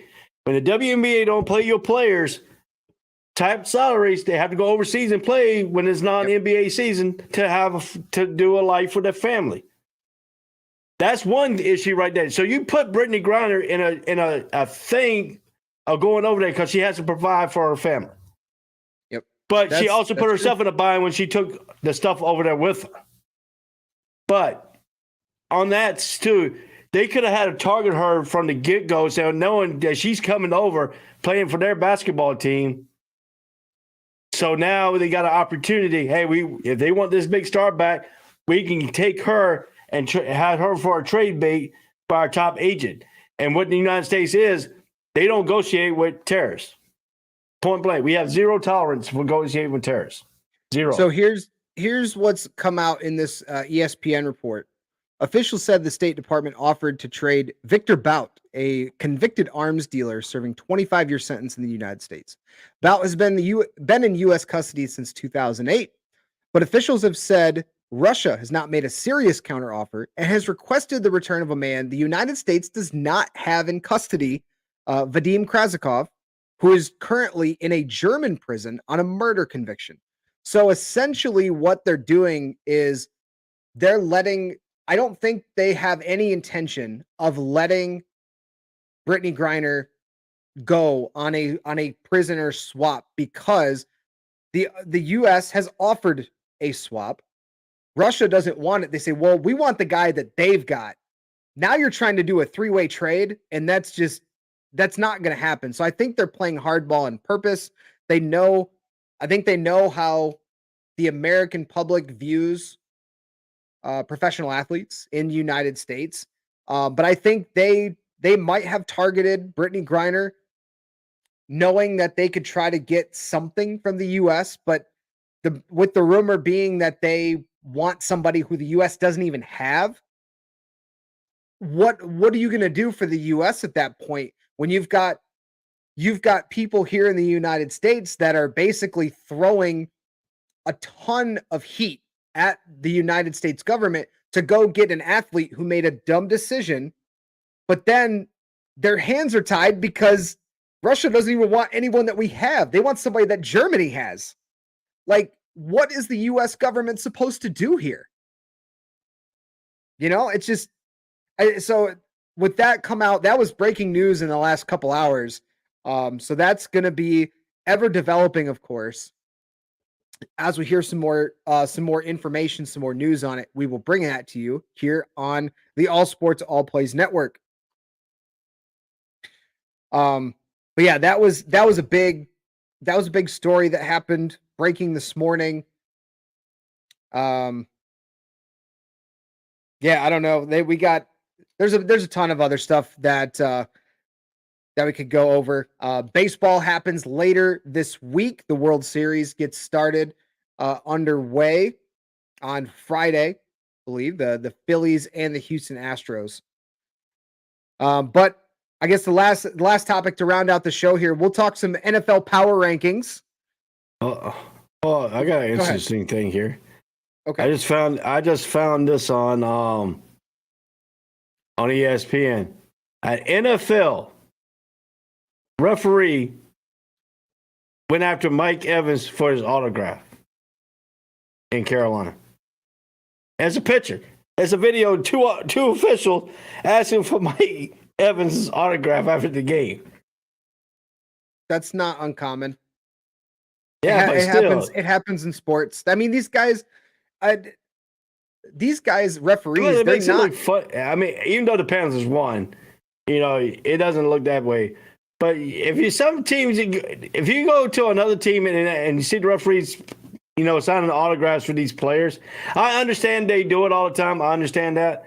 But they could at least send a picture to them and by mail and have them do it by mail, not at the stadium. Because you get a team that barely beat another team and you see the two referees going to the team that won, signing autographs, then everybody else on the other team going to think about, oh, look, the fix is in. That makes it look more incriminating than anything, Yeah, this stuff happens behind the scenes a little bit more, but it does say in the NFL and the NFLRA CBA that game officials shall not ask players, coaches, or any other team personnel for autographs or memorabilia. And there's a video that a Charlotte reporter had videotaped and put on Twitter about seems to be two officials asking Mike Evans in the tunnel, asking him to sign something. So it's not uncommon because you hear about it, unconfirmed reports of referees doing that. And yes, they're not supposed to, but it happens anyway. It's just unfortunate for an NFL referee to be spotted doing that in a pretty public area, because these referees, they're fans too. They're human beings. They're fans of the game too. They're fans of certain NFL players. Maybe their kids are fans of Mike Evans. Who knows? But if the NFL treats their referees the same way they have been, what are they supposed to do? He's supposed to. Maybe he could turn around and sell it. I doubt it. But the NFL Referees Association, they're not all full-time guys. They're all part-time still. Yeah, but I mean, the referees got so much they could do. And I mean, you look at it, they are supposed to bet against the team. They could be putting money in on these games and too, and say, I can fix the game before I can win. You know, I'm waiting. I'm just waiting for that to come out because we know the NBA has been gotten a lot of heat for doing that before. Of course, Tim Donaghy's situation. yeah. I'm just waiting for the day that it gets broken, that the NFL referees are betting on games that they referee. Like, I'm just waiting for that domino to fall and then watch everything that the NFL says they stand on just crumble and fall apart. Now I got a question for you. When is it enough for Major League Baseball to put down the gauntlet and let Pete Rose go into the Hall of Fame?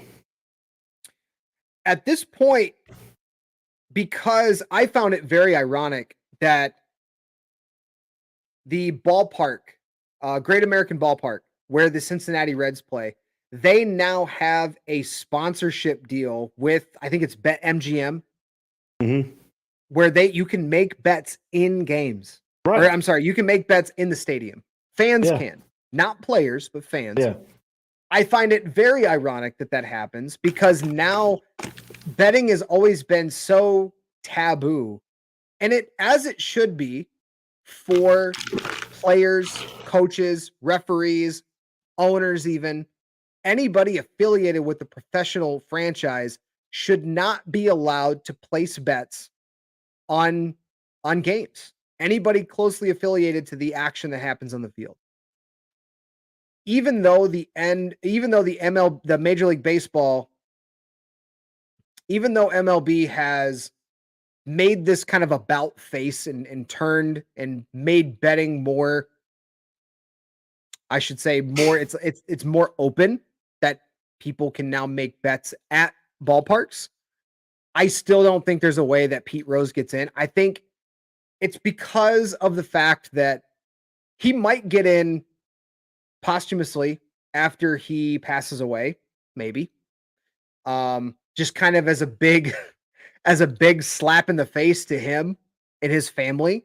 Because they don't want to give him that satisfaction that he got in while he was still alive. I mean, and because it's voted upon by writers, and that's why Barry Bonds isn't in either. yeah.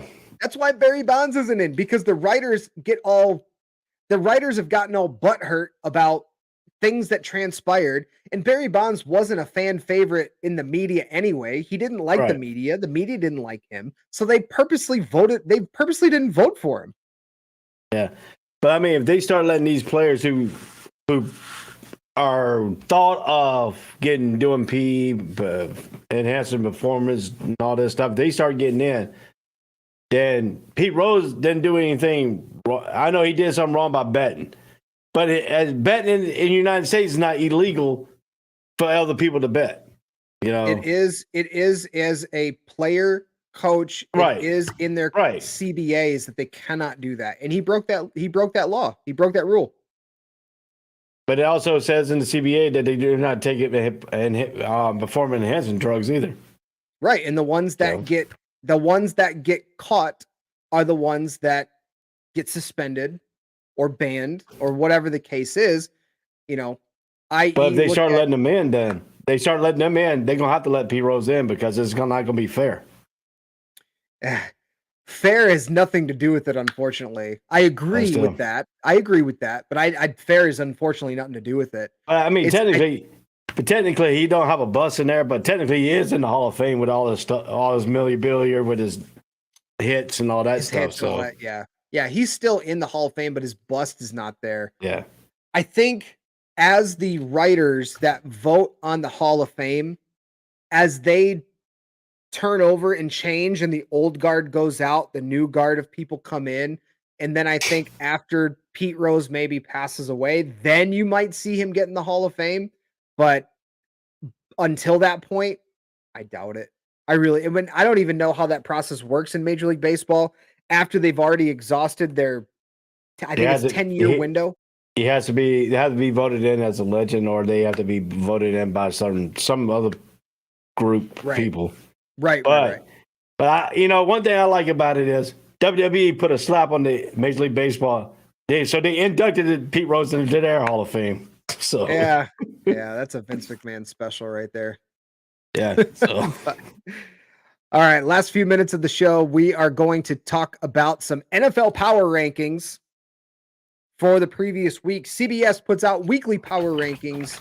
Writer Pete Prisco, and I mean, I think a lot of these there was a few movers and shakers, and I think for the bottom half here, not a ton of surprise. I think maybe the fact that the Texans are high, they're 1-4-1. I think they should be a lot lower on this list. Definitely at 31, if at anything, because they're not good. They did show some life, but I think the Jaguars should be ranked higher. Commanders and Panthers all should be ranked higher than Texans here. I don't know. What are your thoughts on this part? I mean, Jaguars did lose to the Texans, so I mean, I understand part of that reason, but Jaguars also lost 4 games. But to me, I don't know how a 1-4-1 team is going to be better than a 2-5-0 team, or a 3-4 team, or a 2-5 team. They put your Detroit Lions at 1-5 down at number 32. Come on, where they should be. They're awful. But if this done by Pete Briscoe, I see why, because he's a moron too. He doesn't know exactly what he's talking about half the time either. You know, he's on the 1010XL show sometimes with the guys on, and he's talking about the Jaguars and all this other stuff, and he talk about these other teams. To me, I don't think he really knows what he's talking about, because I mean, he's a big crybaby too. But still, he put the Texans up there. If you put a 1-5 team, 1-4-1 team should be down below. Point blank. Some of these power ratings I really don't understand, because you got a 3-4 Packers team is better than a 3-3 Rams, a 3-3 Colts team. Patriots 3-4 is number 16. The 49ers are better than what their record is. I kind of can see that. Tampa with Brady, but that's suspect too. Yeah. So in this group, I think the only gripe I have is the Texans being way too high compared to the 3 other teams that are behind them. The Lions. I mean, the Lions are the Lions. I think I have my own thoughts about what direction they should go and kind of everything. We don't have time. That's for a different show. The Broncos dropping 4 spots and being down the bottom half of the league. I fully expect that. I think that's a pretty good gauge for them. This next group here, you got the Saints, Browns, Cardinals, Raiders, Bears, and Steelers. The Bears have jumped up a lot, especially after dominating the Patriots last night, and that was a big surprise to people. But I don't really have too many issues with this group, other than, I mean, maybe the Saints are a little bit too high, seeing as the Cardinals, I think, are a better team now with Hopkins and Robbie Anderson on the roster. I think they're better than the Saints, but other than that, I don't have any major gripes with this section. You got any gripes with this one? I mean, to me, I understand they put Texans over the Jaguars due to the fact that they beat them head to head right now. But still, to me, Denver Broncos, they're a little high, because right now they really haven't shown me anything. I mean, they're 2-5, but dude, they're barely winning. They're barely scoring touchdowns. The field goal kickers probably got more points than the whole freaking team does. Yeah, it's that team is definitely lots of question marks surrounding that. Is Nathaniel Hackett going to make it the rest of the year as the coach? Is he a one and done? Does he even not make it a full season? Lots of question marks in Denver, that's for sure. All right, let's move. If I was Denver, if they lose to the Jaguars over in London, I'll make him buy his plane ticket back from London back to Denver. I mean, and I don't think a lot of Denver fans would probably agree with you there. I mean, Denver coming into the season last year, they were supposedly a quarterback away as the term goes, and they go trade away a ton of picks, trade away a few players to go get the quarterback that they believe is going to lead them. But they also changed the coach, and that I think was so much more of a problem than a lot of other teams were giving him credit for. All right, next section, we got 14 through 20. Bucks, 49ers, Patriots, Packers, Colts, Rams, and Falcons. Patriots dropped 5 spots here because of getting their butts handed to them against the Bears. I don't really have a ton of gripes, I think, in this area as well. A lot of teams here just middle of the road. Lots of question marks in this. The Bucks, the Packers, the Rams, all teams that were expected to have better records than they do now. The Colts even throw them in that lump. Falcons are playing a lot better than most expected. And then 49ers, they just had a tough game against the Chiefs. You know, I know that defense is still really good, but when you play Pat Mahomes and the Chiefs offense, that's a different level of offense than other teams in the NFL. We're doing what, 12 through what? 14 through 20, the ones that are here on the screen. All right. Well, I got no gripes with that either. I think the 49ers played better than what their record is. They got a tough defense. The offense is kind of sputtering. Garoppolo just got sacked and lost a couple fumbles and key plays in the game. They were that many key plays away from, changing the opposite of what that game was, because I watched a little bit of that game to the tail end. While I was waiting in the parking lot of the Jaguars game, it took me about 2 hours to get out of the parking lot, but that's beside the point. But I mean, the Patriots, I think they should have moved down a little bit more than what they were number 16. I think they should have fallen down, a little bit more than what they were. The Rams, Colts, and Packers all thought they were going to have better records than what they had, and then Tom Brady, the wife issues, the outside of the issues, Father Time Party catching up with him. He looks like the Grand Reaper. He looks like he ain't got no sleep in months. Yeah, he's maybe it's a little bit of Botox too. We don't really know. I mean, at 45, you start. He looks a lot different now. It looks a lot skinnier than he did just even a few years ago. The Buccaneers, I think, are a big surprise at 3-4 in the other teams that you mentioned as well. But I think overall, not too many gripes from this section. Moving up to 8 through 13. Seahawks. Got the Titans, Bengals, Dolphins, Ravens, Seahawks, and Chargers. Yeah, Seahawks, I think, is the big jump here. They're the biggest jump of the week at 9 spots. The Chargers dropping a few spots. The Ravens went up quite a bit. I think that's a kind of a surprise that they jumped so high in these rankings. Dolphins, you can make the argument that with Tua back, they are a better team, and maybe they should be. I don't know about top 10 right now, but that's kind of where they have them spent here, and then cracking the top 10, Titans, Bengals. I'm not too. I don't have any concerns with that too much. The top 10 really, but Seahawks, man, Geno Smith, quarterback, not Russell Wilson, but Geno Smith, the quarterback for Seattle. Pete Carroll has done an amazing job, because I think he was on the hot seat coming in and started the season.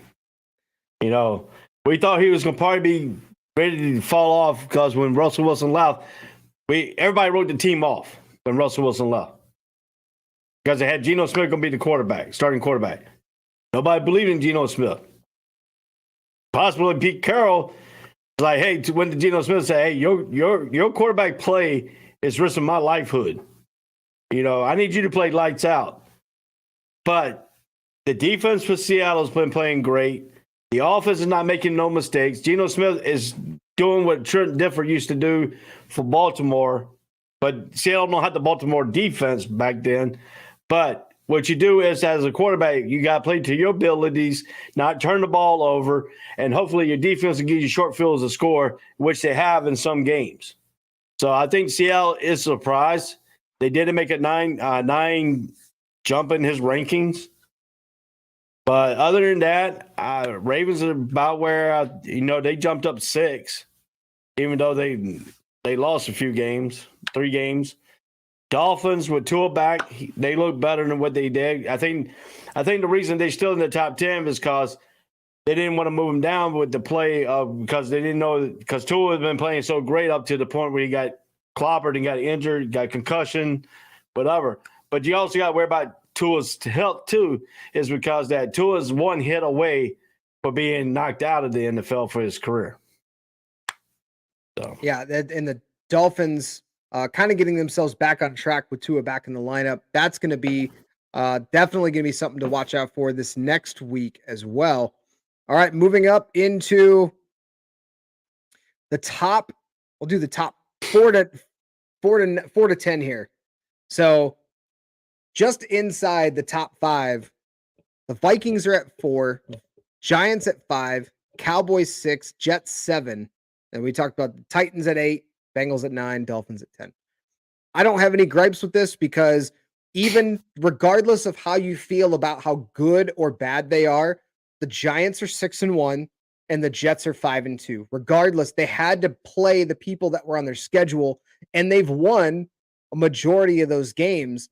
I think the Jets have a big opportunity this coming week, putting James Robinson in the lineup to replace Breece Hall, and you're playing New England. That's going to be a big division matchup there. And the Giants, I believe they have the Seahawks this coming weekend. So that's going to be a big test for both of these teams. The Seahawks have overperformed, and the Giants have way overperformed. The Giants don't have any wide receivers, but hey, I guess when you can run the ball as effectively as they can, I guess you don't really need that many receivers. So they'll definitely get tested a little bit against Seattle.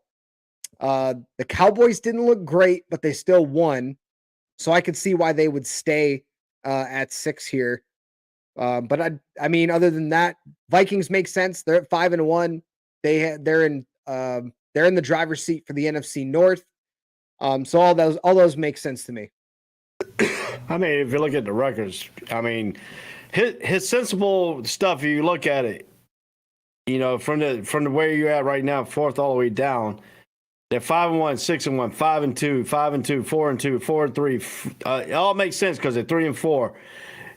But when you get to the latter half, he falls off 2-5. Saints is number 21. 2-5. Cleveland is 22. 3-4. Arizona Cardinals is number 23. Then you go back to a 2-4 team at number 24, and a 3-4 team at 25, a 2-5 team at 26. It don't make no sense at the lower half, but the upper half makes perfectly sense. Yeah, I think with the surprising starts to a few of these teams, it makes sense to have those kind of in the top half. And yeah, I mean, these are all very subjective, of course, but that's what makes it fun to discuss. They're all very subjective. If we met our own power rankings, we wouldn't be exactly the same either, and I think that's the fun part about it. Now, because if you look at my college breakdown show, I don't agree with ESPN's polls. I put my own poll out. I agree with my own poll and stuff like that. So yeah, it's all these polls are opinionated, but when you got somebody like Pete Briscoe, who probably be this phenomenal writer / thing, works for CBS, supposed to know his thing, but a little bit more than he knows, and puts these things together because he's big media, he's big national media. And he's going to put what they need, what the big national media thinks. And to me, some of this stuff makes sense, some of it don't. Like the Chiefs at 5-2, Yes, they could be better than the Vikings. And they're definitely better than the Giants. I can tell you that right now. Yeah, and that cracks our top three here. Eagles stay at 1, Bills stay at 2, and the Chiefs move up one spot to number 3. It makes sense because the Chiefs had their way with San Francisco on the road and the Vikings being on a bye week. There's not a whole lot that you can do to move up or stay in your rankings. But yeah, I think the top 5 is pretty solidified here. The Chiefs are still good, are still, I think, better than they can be in competition with the top 3 teams, even though they've got 2 losses, even though they lost to the Bills. I think that works out pretty well. I actually don't have too many gripes with this week. See, I'll be surprised because with his thinking sometimes, I'm surprised that he put the Bills at number 1 and put the Eagles at number 2. Because simple reason is he's highly on the Buffalo Bills and going to the Super Bowl. That's what if you listen to what he has said in the past, I'm surprised. Only why he probably got the Eagles up there. Wait till the Eagles lose one game. I guarantee the Eagles fall from number 1 all the way down to number 5. That's the way his thinking is. I don't know about number 5, but yeah, if they lose, of course they got to drop down. But it'll be these are fun conversations. Let us know in the comments throughout this segment who's too high, who's too low, where your team falls in the power rankings. We do these every week on Tuesdays. We like to generate that conversation about the NFL power rankings. And on cue, Devin throws out, honestly, for the NFC, only Minnesota and Philly don't have major questions on either side. San Francisco, Dallas, and Seattle all have legit concerns. Not sold on Arizona and the Rams. The rest of the NFC stinks. Yeah, I fully agree with that. I think you've only got a couple of teams at the top right now that can compete and that can make some deep runs. And of course, there's still question marks about the Eagles because while they are 6-0, are they going to be able to sustain that deep into the playoffs? But right now, they look pretty solid all the way around. Minnesota is a team that finally the Packers have come down to earth from their 20-year run of being in the conversation of the division. They finally look mortal. And Minnesota just looks a lot better. And we saw that when they played the Packers earlier this year. Question marks about San Francisco, Dallas, Seattle. I don't think they'll be able to sustain it. But hey, you never know. If Kenneth Walker III continues to run the way he does, and Pete Carroll can continue to surprise teams on the offensive side of the ball with Geno Smith, Kenneth Walker III, they got a chance, especially with a weaker NFC West right now. But yeah, it's really top heavy in the NFC. I definitely agree with that. And the Eagles right now, the history is against the Eagles right now because there's only been one team to go undefeated for the whole season, win the Super Bowl. That was the 1972 Dolphins. They got their champagne on ice right now, getting close. And once they lose, they'll break open. The remaining people are still alive. Rest John Schultz at peace. They'll get together and crack open the champagne when the team finally loses. The last undefeated team loses. So that's getting old. They only played 12 games. Hey, like you said, they played the game what's on their schedule. You're absolutely right. And that's doesn't mean I can't hate it. I used to hate it when what was his name? Morris. I forget his first name. When Morris would come on every year, they'd bring him on ESPN and he would just talk. He would talk shit. He would talk so much garbage. And it's like, dude, you guys only played 12 games. You don't play the schedule. You don't play the athletes they play this, in this generation. I was pulling for the Patriots to go undefeated that year because I wanted to finally shut him up and finally get him to not, talk his smack every single year. But hey, I can't do that because I was born in 1972. So that makes my year, that year I was born, a very significant year in the NFL. That is true. I was born in 1972. Yes, I was born after the Super Bowl, but I was born in that year of 1972. So that's a great year.